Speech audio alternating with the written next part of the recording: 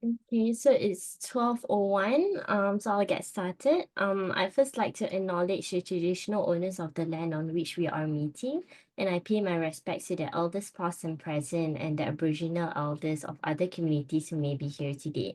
Good afternoon, everyone. Thank you for joining this month's webinar titled Planning for Smoke Pollution. I'm Sabrina Idris, a Centre for Safe Air Postdoctoral Research Fellow, and I'll be chairing today's webinar. Smoke from the 2019 to 2020 Southeast Australian fires has been linked to an estimated 417 excess deaths and many more hospitalizations. With worse than average bushfire conditions forecast for many parts of Australia in the coming summer, this webinar provides evidence-based strategies for people at risk of poor health from bushfire smoke.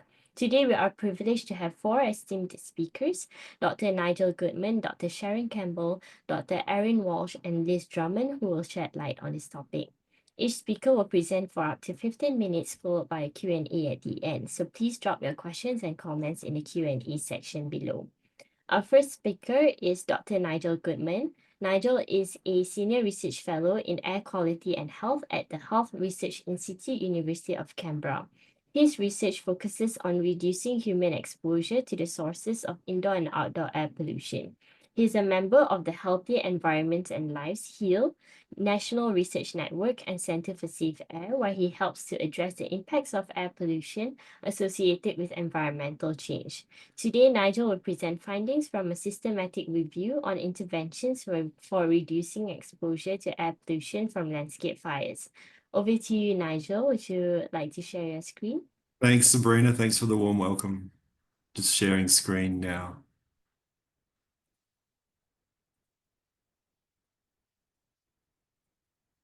How's that? Does that come through okay? Yeah, that looks great. Thanks, Nigel. Thanks so much. I'd also like to acknowledge and celebrate the lives of the first Australians whose traditional lands we meet and pay my respects to elders past, present, and emerging. Just got attacked by a bug. So thank you for the opportunity to talk today. I'd like to just cover a couple of different background areas, including the funding for the research that we are going to present. So all good research starts with a team, and I'm just trying to move to the next slide.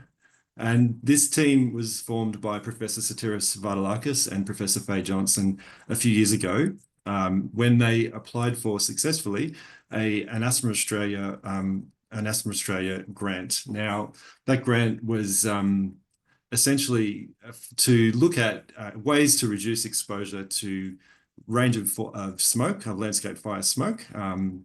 But I'm just on the slide. This is the slide I'd like to be on. I'm sorry about that. So the aim of the reason we're looking at this particular problem is because air pollution, as you mentioned, Sabrina, is a significant problem, especially for people with asthma. As highlighted by the 2019-2020 bushfires, there was a critical lack of evidence and available resources and tools to help people with asthma, to give them the right information they needed at the time. So Sotirios and Faye put together a proposal to look at helping certain populations, such as Aboriginal and Arabic-speaking communities, with the best available evidence for exposure reduction to smoke from landscape fires. By landscape fires, what I mean is bushfires, forest fires, peat burning fires, a range of fires which in the literature are reported in different ways. So to get the evidence, we conducted a systematic review. We also did a range of work with communities and stakeholders, including Aboriginal communities and Arabic-speaking communities. So there was a range of sessions that were organised and led by different members of our team. And you can see our team at the bottom here. We very much a team project. And as I mentioned, we have collaborators from a range of different institutions: the University of Tasmania, University of Sydney, ANU, and the University of Canberra. So to go back a little bit, I'm sorry for just jumping slides here, but I would like to also talk about the overarching grant that I think embodies our work, which is the NHMRC Special Initiative in Human Health and Environmental Change. Now, this is a research consortium of over 100 people in 30 different institutions working in climate change and health. And the HEAL network is the Healthy Environments and Lives Network. It has a vision to catalyze research, knowledge exchange, and translation into policy and practice that will bring about measurable improvements to our health and essentially to support the Australian health system and the environment. This is led by Professor Sotirios Varoulakis. And I think the Healthy Air Project really embodies the work of HEAL. And that was the reason for bringing this background into the discussion around the Healthy Air Project. So today I'm going to talk a little bit about the overarching project and the methodology we used to conduct the review, some highlights of the review, and some of the communication and knowledge translation work that was done and is being done at the moment. So background and motivation. So we know landscape fire smoke can expose communities to high levels of air pollution, individuals and communities to high levels of air pollution, and exacerbate a range of health conditions, including asthma. Interventions or strategies to reduce exposure, we do them all the time. We close up our house. We might go to a different location. There's things that we do, but we just don't know how effective they are in terms of actual exposure reduction. So the idea is to really understand how effective. The idea of this systematic review was to understand how effective they are, and to evaluate, map, and synthesize the available scientific literature reporting interventions to reduce exposure to smoke, landscape fire smoke. So for the methods, we used the preferred reporting items for systematic reviews and meta-analysis, so the PRISMA guidelines. In that, we systematically evaluated the literature up until 2024, earlier this year. And the evidence was graded according to National Institutes of Health quality assessment tool, and essentially allowed evidence grading according to a range of criteria, whether there was a clearly articulated research question, whether the sample size was justified, exposure measurements were done multiple times, and also looked at the relevance of the aims of the review. We also looked at grading the relevance of the evidence to the aims of the review. It was also, the review was registered as part of an international prospective register for systematic reviews. So that is actually, that was done a couple of 18 months or so ago. So that flowed to the following slide, which just gives you an idea of the number of studies at each stage. So we looked at 3 databases, PubMed, Scopus, and Web of Science. And in that we found around 1,200 plus articles. Once duplicate were removed, the number came down to around 883 records for screening. So full text, title and abstract screening initially, and then the relevant articles for full text screening was around 54. And an additional 19 or so articles were added, or 19 articles were added from bibliographic searches and references. So we ended up with a final list of included studies of 33. And with the NIH tool, we graded the evidence. Overall, 14 were graded as good, 8 fair to good, 11 were fair, and no study was of poor quality. And I guess the main reason for the fair grading was due to a small number of replicates and samples. Overall, the reviewed studies 28 of them were graded as highly relevant to the aims of the review. 2 were medium and medium to high, and 3 were medium. As I mentioned, for the findings, we found 33 studies which were actually included in the review, and they are.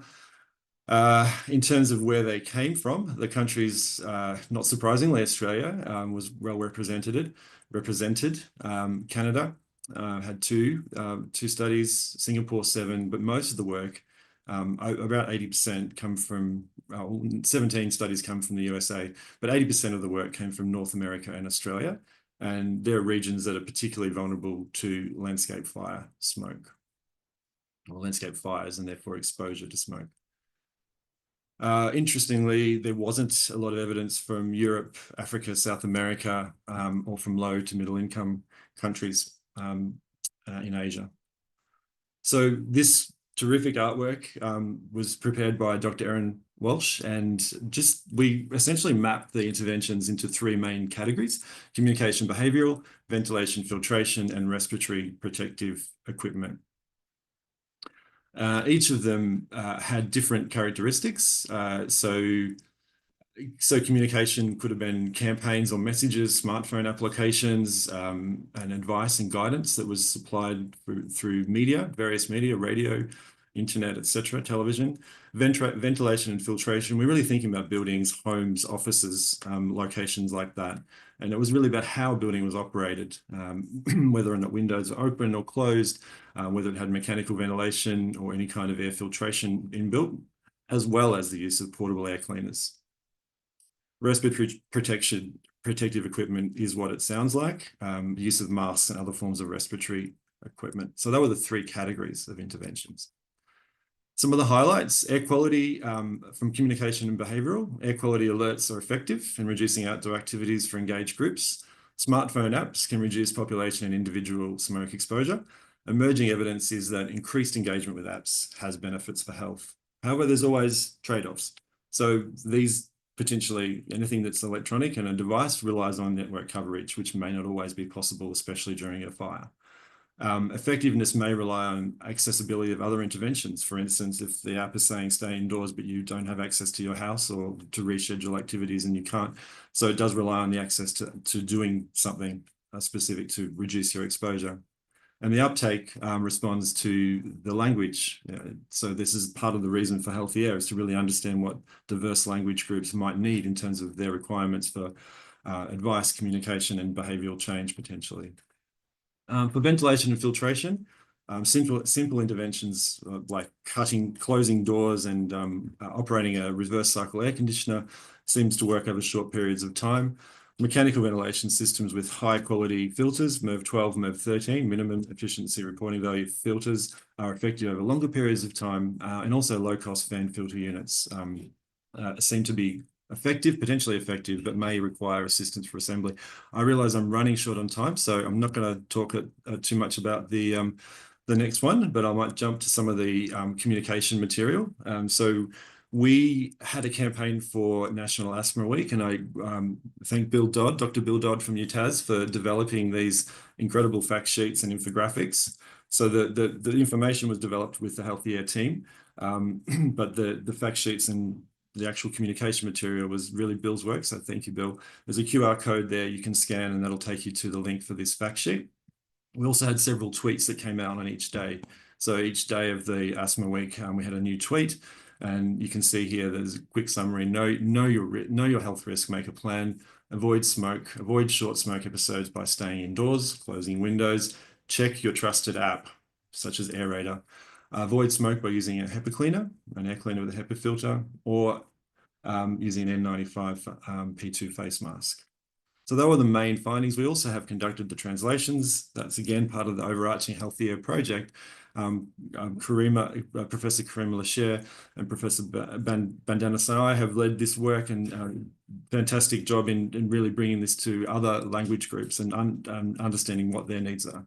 So in the interest of time, I'll wind up, but thank you so much for the opportunity to talk, and thank you all the team. It's been a real team effort, and of course, thank you so much to our sponsors at Asthma Australia and Dyson.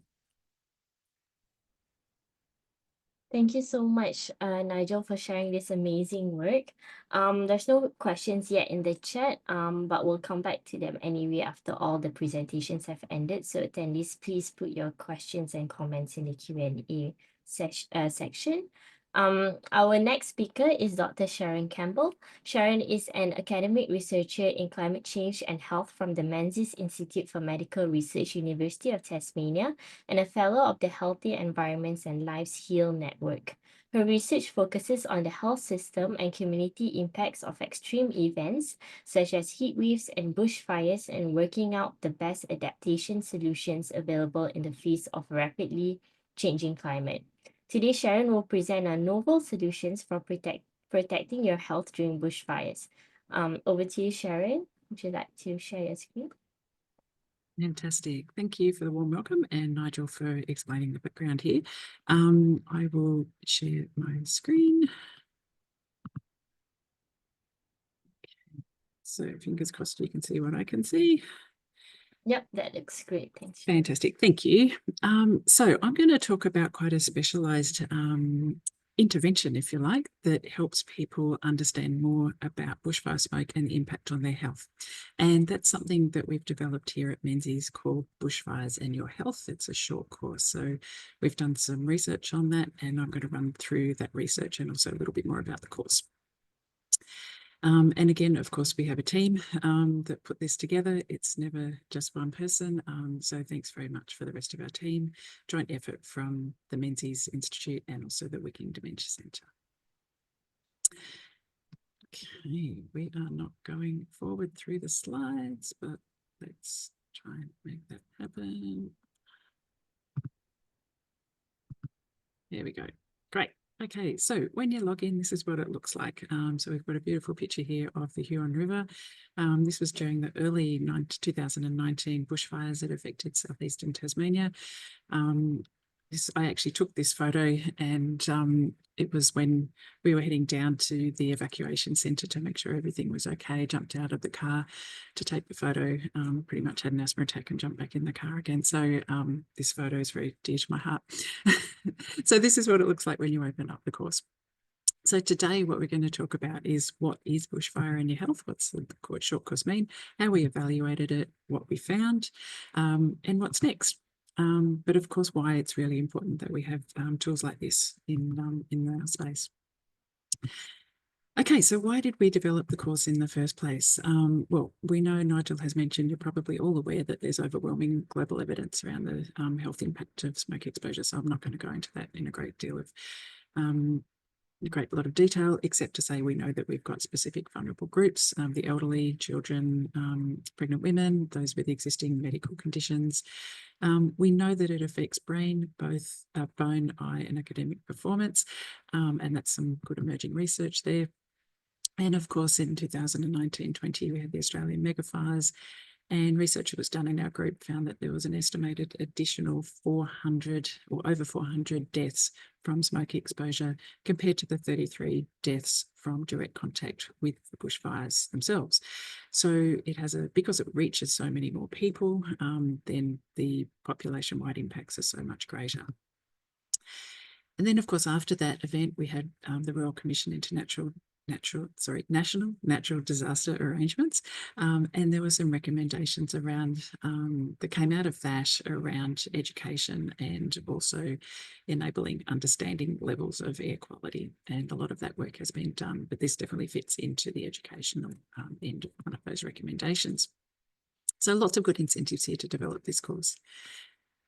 So what we did was we partnered with a group which is part of the University of Tasmania called the Wicking Centre, and they already ran a project called the Island Resilience Study. So we kind of jumped on board with that project. We had successful funding, thanks to our funders from the Natural Disaster Risk Resilient Grant Program, which is fantastic.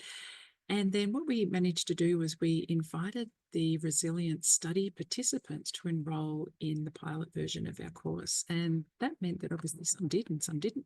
So it meant that we had a control group and an intervention group, and we could do some pre and post questionnaires and see how the course actually made a difference to people's knowledge and preparedness levels around bushfires. So we launched our pilot back in September 2021. And let's have a quick look at what the course actually looked like. So we've got 7 modules. Each module takes 1 to 2 hours to complete. Depending on how much you do, there's different levels you can go into. You can watch videos that go for a little longer. You can read papers that we might recommend. But your average person takes 1 to 2 hours per module. It's online, fully online. It's self-paced. And so you can pick it up and drop it off and do it whenever you want within the 6 weeks that it's actually open. It's free, which is super important for accessibility, and we really concentrated on using plain language. This can be quite a complicated topic at times to explain, so we did a lot of work on plain language and accessibility.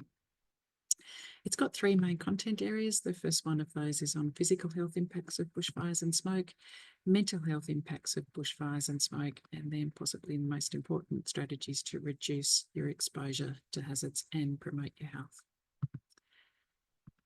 Okay, so how did we evaluate the course? So as I mentioned, we had our intervention group and our control group. And so there's a few things that we wanted to find out. We wanted to find out what was the impact of taking the course, and we had 3 data sources for that. So once people completed the course, we had our post-course completion survey.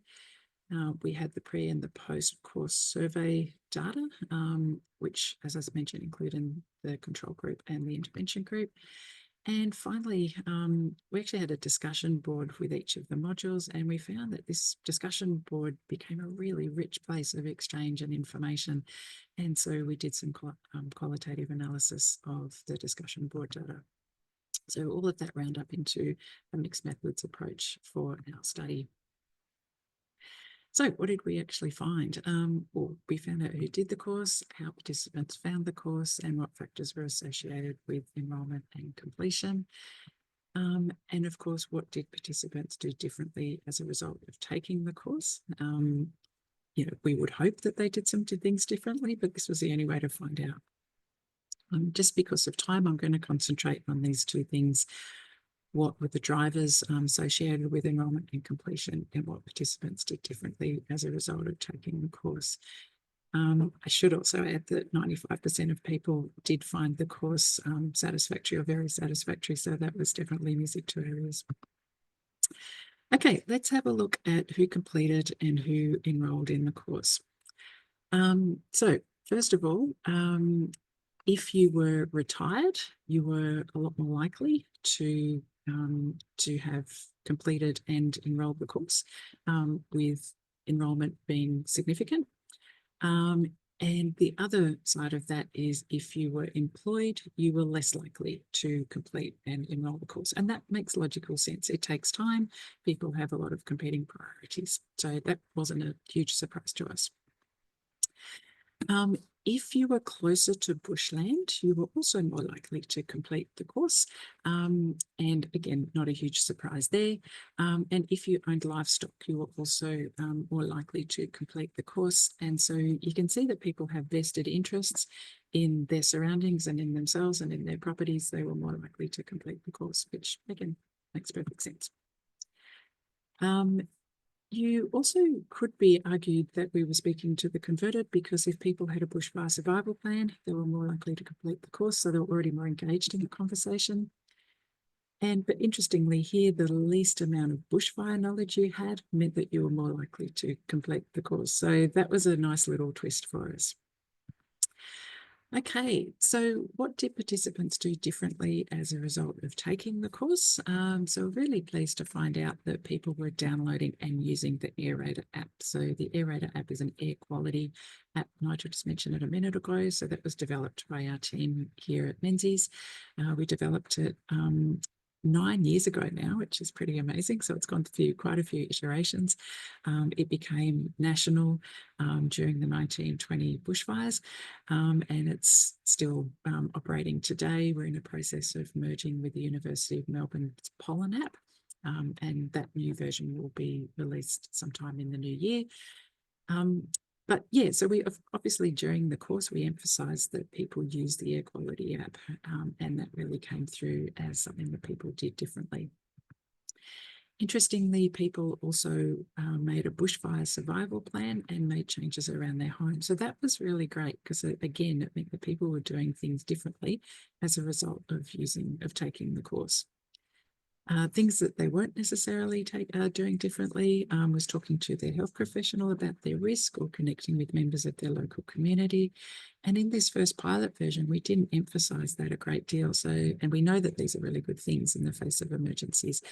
And so we have, in subsequent versions, increased the awareness of those 2 things. Okay, so in terms of looking at some of the qualitative analysis, a lot of people in the discussion board spoke about the mental health impacts in the recovery process. So I'm just going to bring out a few quotes. I'll read them through. These are the ones that sort of capture the essence of what lots of people were talking about. So this has been very enlightening. The advice can be applied to many areas of my life where I can use these techniques. My brother was stressed after a flood destroyed his home. I can now understand all of the processes that people go through when recovering from disasters and other traumatic events. So there's a lovely explanation there of all the techniques and the interesting material that she picked up in this course. She can apply to other areas of her life. A lot of people in the discussion board were surprised about the range of health impacts of smoke. I didn't know that smoke inhalation increases the risk of blood clots and rising blood glucose levels. And I suspect that even for healthy people, there's a long-term effect of increased smoke in the air over the years, as climate change indicates we will experience. And that participant is certainly correct. Here's another person that said, I was surprised that radiant heat is the greatest bushfire hazard to physical health. So it's not necessarily getting burnt, it's getting affected by the heat. Moving on, lots of people talked about developing or renewing their bushfire plans, and the course was actually a trigger for them, or a push along in the right way for them, but also doing it differently. So a salient prompt to reassess my partners and my abilities to prepare our property, even though it's urban, whether to stay and defend or leave early. And it's definitely now the latter. And that's magnificent because we really want people to leave early, depending on their level of preparedness and their level of comfort in defending their home. But the vast majority of people should be leaving early. Here's another participant. This course has definitely convinced me to leave early and not try to be a martyr. That's fantastic. And the risk factors I've learned have increased my awareness to leave early from potential bushfires. So all of that is fantastic news. So what's happened since?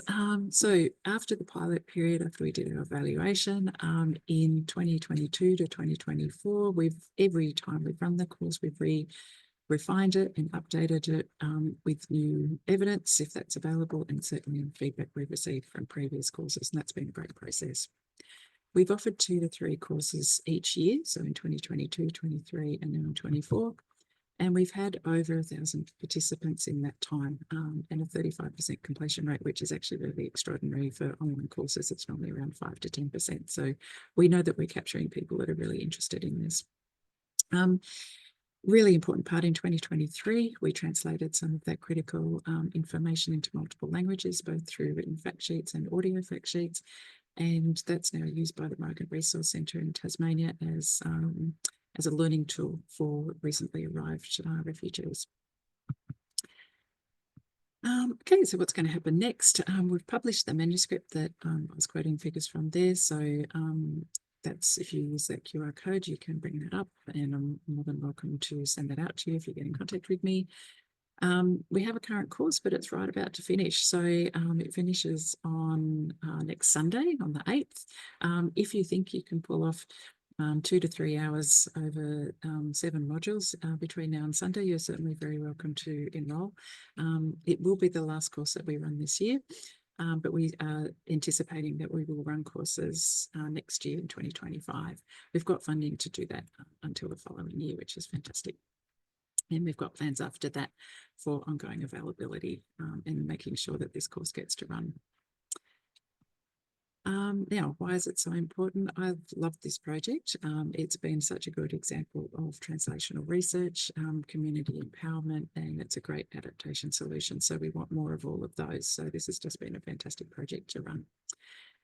It's applicable across lots of different areas. The material that we have is really extends from regional to urban areas, and it really concentrates on addressing some of the needs of people with high vulnerabilities, so our priority populations. So that's the course in a nutshell. If you don't think that you can manage to pull off doing a course over the next week, because I'm sure you've got nothing else going on this week, please drop us a line at bushfirehealth@utas.edu.au, and we can pop you on a list of people that will notify when the course opens up next year. Or if you want to jump on and enrol or jump on the website, you're very welcome to. And that's everything from me. Thanks very much. Thank you so much, Sharon. That was a very insightful presentation. Our last 2 speakers are science communicators from the Australian National University, Dr. Erin Walsh and Liz Drummond, who have recently published a new children's book aimed at raising greater awareness and understanding for children around bushfire smoke, Shireen and Amir and the Dragon Smoke. Erin is a research fellow at the National Center of Epidemiology and Population Health, ANU. She completed her PhD in self-report psychological research methods in 2015. Since then, she has developed a body of work surrounding the use of visualization as a tool for communicating population health information with ongoing interest in cross-disciplinary methodological synthesis and innovation in playful data collection. Her current focus is research on the utility of visual storytelling, such as books for children and comics for informing and empowering young people to appropriately respond to bushfires. Liz Drummond is a communications specialist at ANU with 10 years experience creating engaging content and stories about people, place, and research. She is co-author of Shire Dan Ame and the Dragon Smoke, a picture book about two curious children who learn how to stay safe from bushfire smoke. In a former career, Liz worked as an environmental consultant, specializing in air quality impact assessments and greenhouse gas emission auditing. Over to you, Erin and Liz. Would you like to share your screen? Good afternoon, everyone. Delighted to be joining you and sharing this really exciting body of work. Bear with me one moment whilst I wrangle Zoom's screen sharing. Okay, ideally you should be able to see our wonderful start slide. Yeah, that looks great, Erin. Thank you. Okay, thank you. So what's the motivation underlying this work? Liz and I have had the pleasure, among many other colleagues at NCEF and many of the people who have already spoken and people who will be present in this call, of producing a lot of communication materials regarding the health impacts of bushfire, particularly bushfire smoke. We've produced so many materials, and along the way we realized that there is one group which tends to be very underserved, both historically in our practice and more broadly in the wider literature, and that is children, particularly children from culturally and linguistically diverse backgrounds. Now, as a scientist, I'm sure you all know there's a bit of a difference between intuitively realizing there's a knowledge gap and actually establishing properly that there is a knowledge gap. So the first thing that we did was essentially conduct a systematic review to properly understand what was happening in this space. This systematic review was very inclusive because we really wanted to make sure that we were looking into everything. From over 26,000 papers, I just realized that there's a slight typo there, apologies. We found 9 papers that met the inclusion criteria of relating to bushfire or natural disaster more broadly, relating to communicating to children, and specifically about the process of developing materials for children. So we found quite a bit of literature that was just demonstrating materials as they were completed. What we were looking for was guidance on, well, how do you make them? What can we learn from people who've made these materials previously?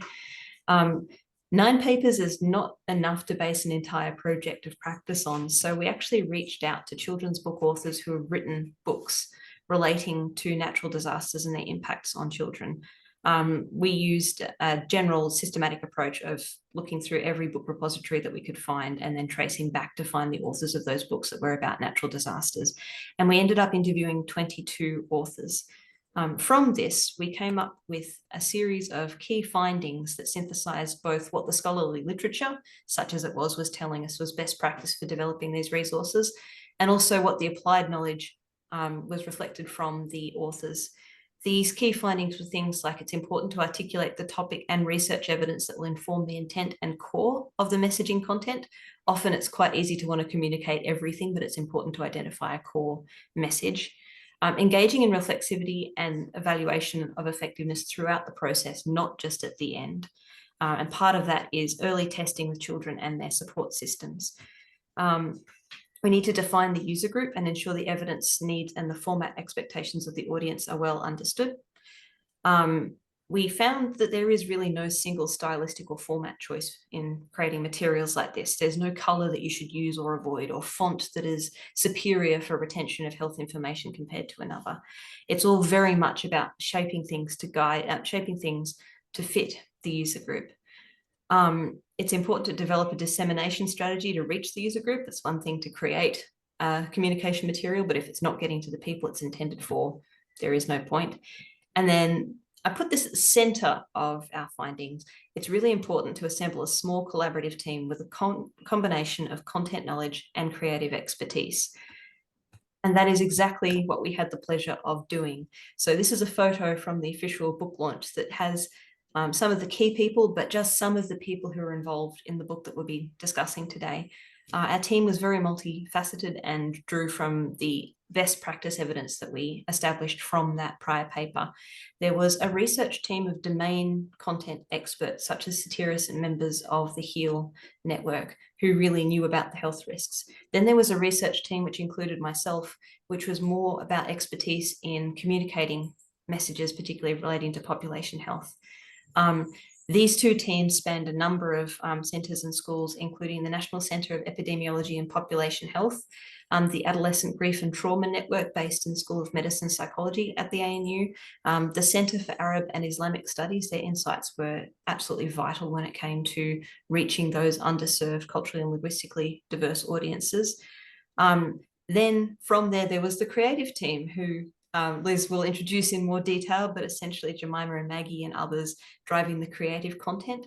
Then our translation team, including Davud Parmudi, who was fantastic in his assistance. And then finally, last but not least, and something which was often forgotten, we saw in the systematic review and the scholarly literature, is the publisher matters a huge amount for that final dissemination piece. So we're very grateful to Little Steps for assisting us with that. So we've established our motivation. We saw that there was a knowledge gap. We pulled together a dream team. The next paper was then actually following those best practice guidelines and talking to parents and carers of young people who were impacted by bushfire smoke.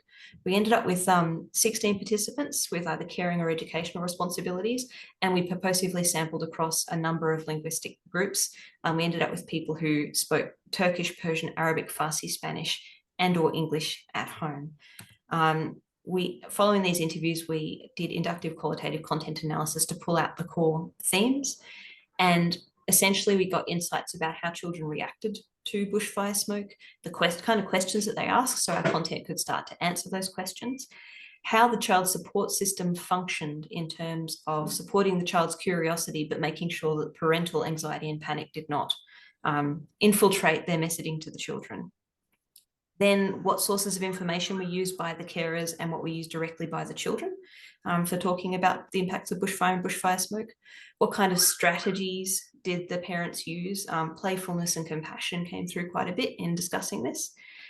We covered topics of cultural and linguistic diversity. And then we talked a bit about, after the smoke clears, what were the lasting impacts? And what was particularly useful was asking parents and caregivers, what do they know now, having gone through a bushfire smoke episode, that they wish they had known beforehand. Now, in terms of what did we find and what did we do with all of this, I'm very pleased to pass over to Liz, who will talk to you about what came from this evidence base.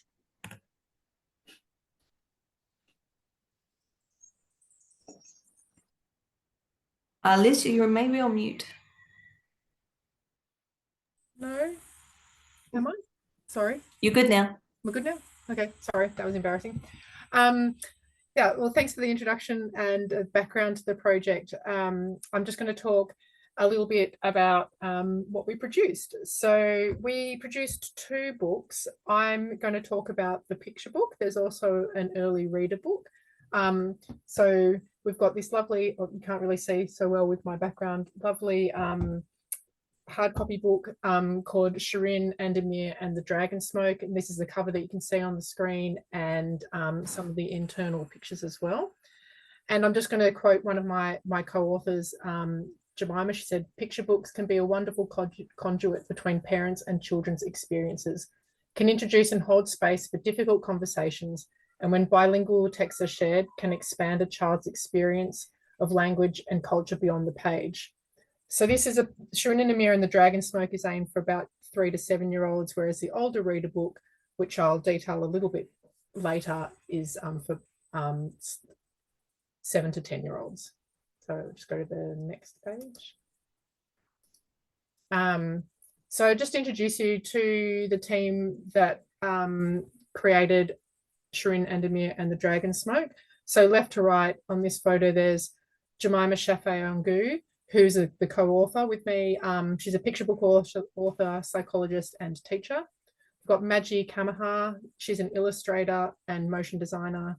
myself, science communicator, picture book author, and previous equality consultant. Celeste Hume was a designer from Little Steps, and that was our publisher.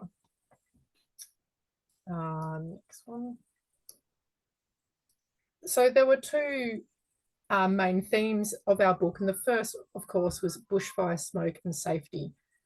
So this is a little quote from me. It says, we wanted to make a picture book about bushfire smoke, not the flames, as there didn't appear to be any children's books on this topic.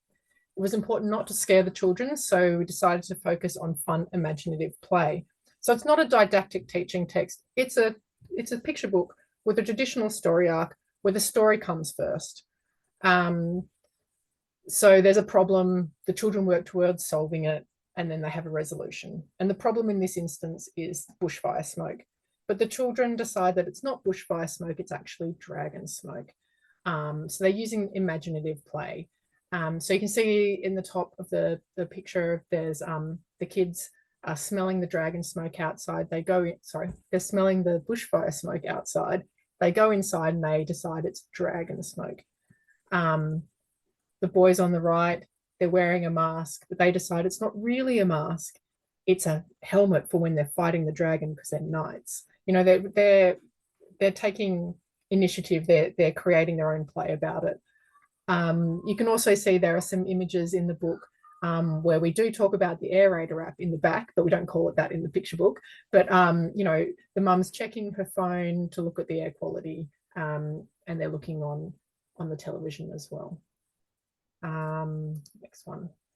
The other one was also the cultural diversity and representation aspect. And so that was embedded with our story right from the get-go with our collaboration with the Centre for Arabic and Islamic Studies. And it was really important to have this messaging for people from culturally and linguistically diverse backgrounds. And so from Jemima, inclusion is not about tokenizing aspects of culture. Instead, it's about focusing on the human experience so that the reader may connect with the themes, while the main character just happens to be from an underrepresented background. And we're really able to get into this with Jemima, with her Lebanese and Turkish background, and Maji's also from Iran. And you can see in the image here, the Turkish version up the top and the Persian version down the bottom. And you can even see that the book is opening right to left for the Persian version as well as in the Arabic version. So yeah, next one, Erin. And further on the cultural diversity and representation,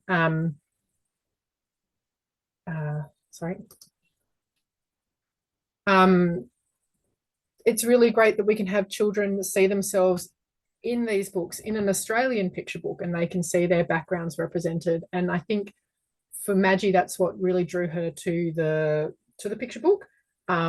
She said it was a sweet surprise when she saw the characters of the stories have Iranian backgrounds, which is the same as hers, and she just had to illustrate this book. And again, the story came first, but there are these little aspects throughout the book. We've got the cockatoo eating a saffron sugar stick, which is a little, which you put in tea. We've got the mirror with the two candles, got Persian rugs, we've got pomegranates on cushions. The kids all wear their socks inside. So there's little elements in there that if you're from these backgrounds, you might recognize them. And if you're not from these backgrounds, you just think, oh, they're beautiful illustrations. So, and I just think they're beautiful as well. Next one. The education resource at the back on the left of your screen in the yellow box, you can see there are a resource for the readers to start a conversation with their parents or teachers. This is in the book, Bushfire Smoke and Our Health, a Guide for Kids and Grown-Ups, and can answer questions like, what's a bushfire? Why, what can it do? How can I protect myself? And that QR code leads to a website that has downloadable posters. That's an example on the right-hand side in Persian, that one is, and we have all the other languages as well. Also on that website, we've got our teaching notes.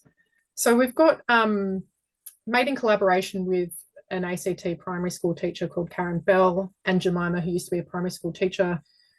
I made some teaching notes that tie in with the curriculum, so teachers might choose to use it in their classrooms, and they could use these teaching notes to talk about the health impacts and how to respond to health messaging. And they could also use it to talk about community and different types of communities and cultures. So there's different aspects that they can choose, and hopefully they choose to use them because they can tick off their curriculum needs through these teaching notes.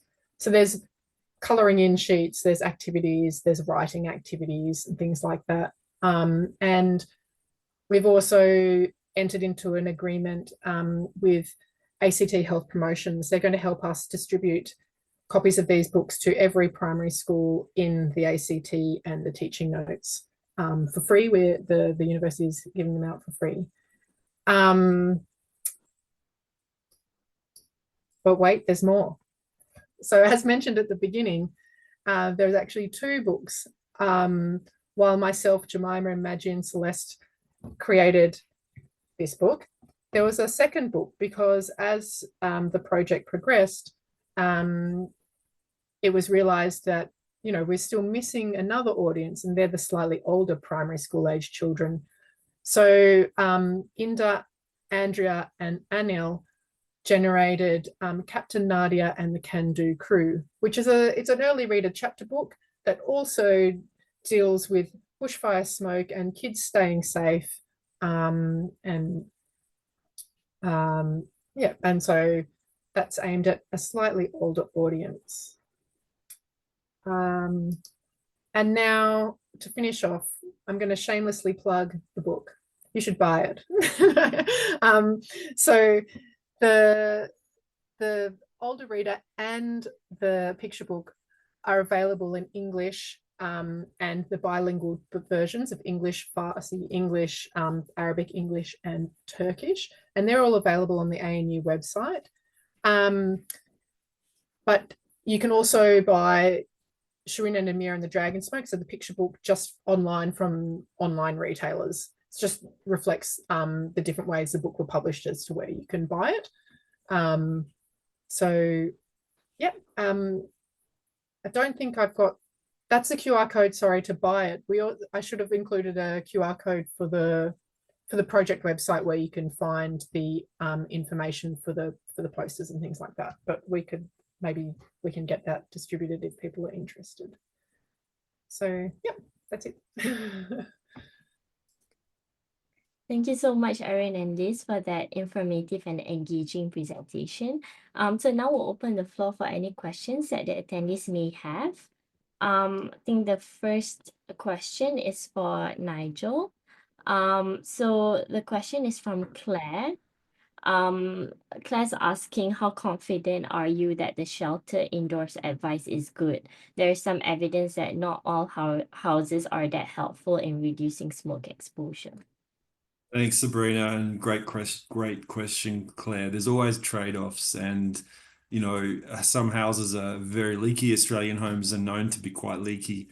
So it really depends on a lot of factors, your outdoor concentration, the leakiness of the building, your capacity to close the building up and actually make it relatively airtight. So there's trade-offs to every intervention. And so we will discuss that more in the paper. But essentially, you know, having systems in place, like understanding the levels of pollution in your home will help you. So if you've got a cheap indoor air quality monitor in your house and potentially one outside, or you could use the aerator app and then look at the outside air quality, it's about making informed decisions of when to open up your house to get fresh air. But I completely agree, staying indoors and locking the house down for days on end with high levels of smoke is not a good solution. You need to have some secondary form of air filtration, or if it's bad enough to move away from the area. But yeah, the building envelope is a critical factor in that one. So I hope that helps with that question. But there. Thanks, Nigel. So Sharon, I do have a question. So this is related to the question that was asked to Nigel. So after taking the course, you showed that participants were more likely to make changes to their home. So do you know what kind of changes they made? Yeah, good question. Thank you. So there's a whole range of preparedness actions that people can take, and we kind of we didn't ask specific questions on that. We gave examples and people were more likely to say yes or no. So we don't know specifically, but we do know the sorts of things they might have said was, cleaning an area around their home, cleaning their gutters, making sure that they had their bushfire plan, although there was a separate question as well. So yeah, sorry, I don't know specifically that we didn't ask that. No worries. Thanks, Sharon. So Nigel, there's another question for you. So is there guidance about how to balance risks? For example, when to close buildings against smoke and when to open them for ventilation against viruses if the households don't have HEPA filters, etc. Yeah, well, so that's a very good question. You're touching on viruses as well as smoke. So for just broadly, I mean, a tight building could actually increase your risk of elevated levels of CO2 and build-up of bioeffluences and viruses. So a tight building might actually increase your risk of transfer of a viral type infection, especially if someone's unwell. So a leakier building obviously will have benefits, but it'll let more pollution in from outside. So I think understanding the levels, having there's a lot of low-cost sensors out there now that the networks are developing as we speak. Potentially purchasing some kind of device to monitor air quality, using the aerator or similar app to monitor outdoor air quality, having some indication of indoor and air quality, is a good thing. Some filters have been built, particle monitors in them, but it is a balance in the sense that without monitoring it, it's very difficult to give an answer. And so, but there are simple monitors around. So that's one thing that is something, you could take that on board and look at investing in a simple monitor. Thanks, Nigel. So I have a question for Erin and Liz. So you mentioned that early testing with children and their parents is one of the key factors for best practices for writing children's books. I believe you did this for the Shireen and Amir and the Dragon Smoke book. So what was your experience like working with children on this topic? And how long did you take to write up this book as a result of that? I can speak to the research component, and I think perhaps Liz, you have insights into just how long this actually takes, which is far longer than we anticipated. From the research end of things, working with parents, caregivers, and children is the easy part. Getting ethical approval to do so is the difficult and extended part. You have to be very careful in making sure that you have a team who not only has the qualitative interview skills, but also has appropriate working with vulnerable people documentation and elements like that. Because we intentionally work with parent or caregiver child dyads and educators, that made it a bit more straightforward. There was also a lot of, aside from the research inputs, there was a lot of informal input. So a number of the members of the research team and our friends had children within the target age group or just slightly older than the target age group. So that also informed it. So the research lead up, once you have all your documentation in place, that is relatively simple to progress with.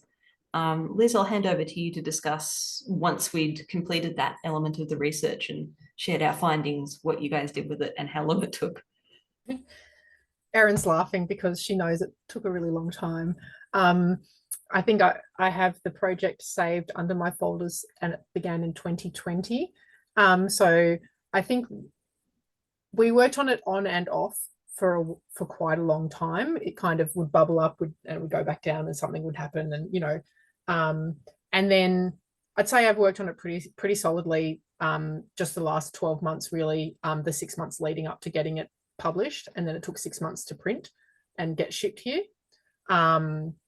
You could obviously do it quicker than that, but I think because there were so many aspects of the project, it just took longer because it was based on this research that had to be completed, and there were lots of things that meant that there were little holdups along the way, but it just kind of bubbled along in the background, I think. yeah, I think if you actually had a project that you were dedicated to it and that's on what you worked on, it could be done, you know, quicker. But when it's a little project that bubbles along in the background, it took a number of years. And were you doing this concurrently with the other book, you know, where you had another book that was for older age groups? Yes, so the research itself informed both books, I would say, almost equally. So the research foundation was the first part, and it was from that initial discussion with parents and caregivers and testing and talking to professionals in the children's book industry, like publishers like Little Steps, that we realized you really need two. So we doubled the deliverables, which has an impact on the timing. The two books were worked on somewhat in parallel by two teams where there was crosstalk and information definitely on the same basis, but they worked in parallel with each other rather than finishing one and then starting another. We probably would be well into 2026 if we did one after another. Yeah, that's great that you were able to kill two birds with one stone. So we're approaching to the end of the webinar. So this will be the last question. I saw Nigel, you answered that question that was asked in the chat, but probably you can answer it here as well. So the question is from James. James was wondering what type of simple mask do you recommend to protect from PM 2.5 and also the chemicals in the air during bushfires? Do they work? Thanks, Sabrina. So yeah, I just noted that P2 or N95 face masks look very effective, and essentially it's because they were tested in a range of landscape fire smoke environments, so we can validate that. But there may be issues with the fit, so sizing of masks, especially for smaller, like for children and people with smaller faces. There could be also factors around discomfort. And obviously men with facial hair, the fit around the mask may not be as tight. So they have to fit well, I think. And in terms of other pollutants like gases, HEPA filters often will have, or air purifiers will have a HEPA filter, and they'll often have some form of adsorbent media like activated carbon. So that can certainly help with some of the other pollutants by absorbing the gases as the air is passed through the filter. So that would be something to think about. Some face masks also have a limited amount of activated carbon in them. We didn't see any results on those in the literature, but there may well be evidence out there more broadly beyond landscape fire smoke, but more broadly on other pollutants.